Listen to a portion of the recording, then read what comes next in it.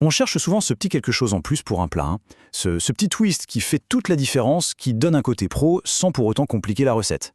Eh bien, et si la solution se trouvait dans une seule et même bouteille? Pour une acidité à la fois plus douce, plus ronde et plus fruitée? Allez, on explore ça. Parce qu'en cuisine, c'est vrai, quand on pense acidité, on a deux réflexes quasi immédiats, le citron ou le vinaigre. C'est normal. Mais voilà, parfois le citron, il écrase un peu tout avec son parfum d'agrumes très puissant. Et certains vinaigres, eh bien, ils peuvent être un peu trop mordants. Alors, comment on fait pour varier un peu les plaisirs? C'est là qu'entre en scène une alternative vraiment élégante qui fait un retour en force, le verjus.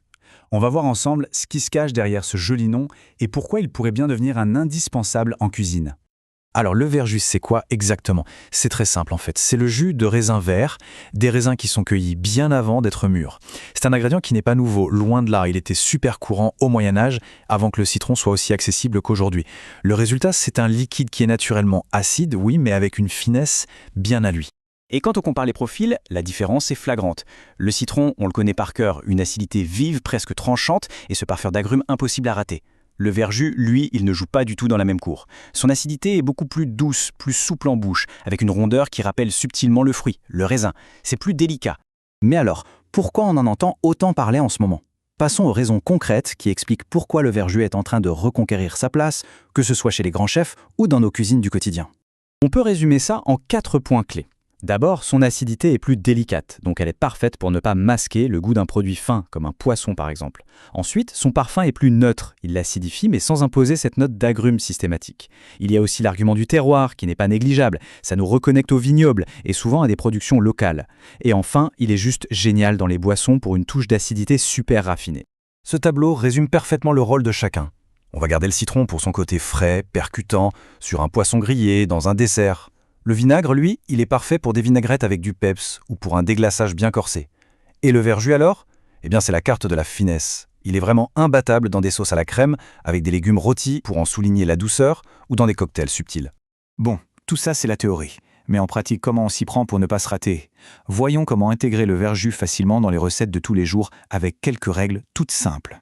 Le plus important, c'est d'avoir 3 réflexes en tête. Premièrement, on cherche l'équilibre, pas une claque acide. Le but n'est pas d'être agressif. Deuxièmement, pour un premier essai, un bon point de départ, c'est de mettre environ les 2/3 de la dose de citron ou de vinaigre qu'on aurait mise d'habitude. Et enfin, la règle d'or, en cuisine comme ailleurs, on goûte et on ajuste petit à petit jusqu'à trouver le point parfait. Ah, ça c'est une astuce de pro qui change tout, surtout pour les sauces à base de crème ou de beurre. Le verjus, on l'ajoute à la toute fin, une fois la casserole retirée du feu. On fouette quelques secondes et c'est tout. Pourquoi? Pour préserver son arôme fruité qui est délicat et surtout pour éviter que la sauce ne tranche, qu'elle ne se sépare.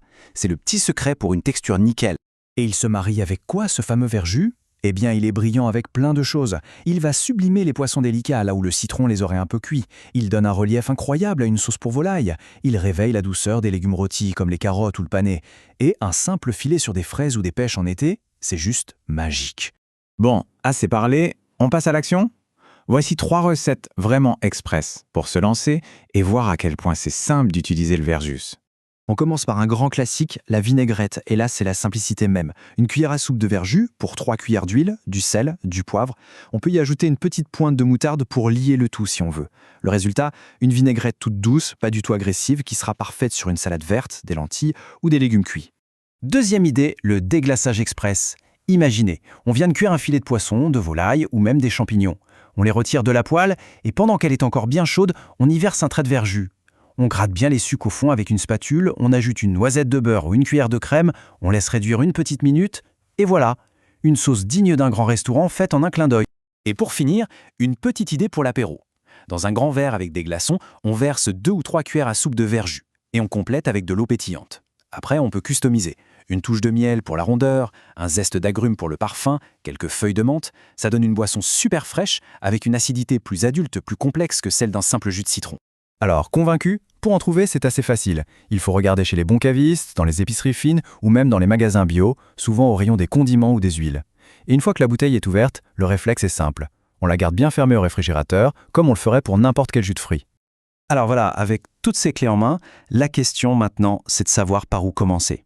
Est-ce que ce sera avec une vinaigrette, une petite sauce minute ou une boisson rafraîchissante? Finalement, quelle sera la première assiette à être réveillée par le verjus?